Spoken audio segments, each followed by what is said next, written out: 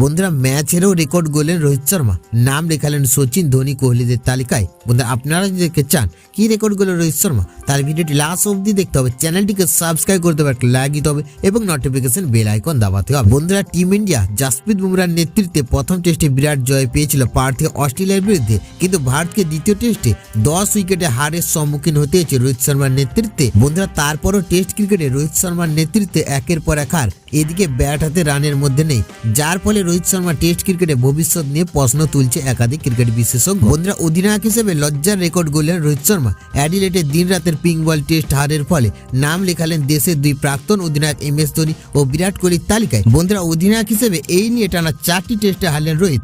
এর আগে দেশের মাটিতে 3টি টেস্ট সিরিজে নিউজিল্যান্ডের কাছে চুনকাম হতে হয়েছিল, তারপর অস্ট্রেলিয়া এসে হার। এর আগে বিরাট কোহলি একবার ও MS ধোনির অধিনায়ক হিসেবে টানা 4 টেস্টে হারের রেকর্ড রয়েছে।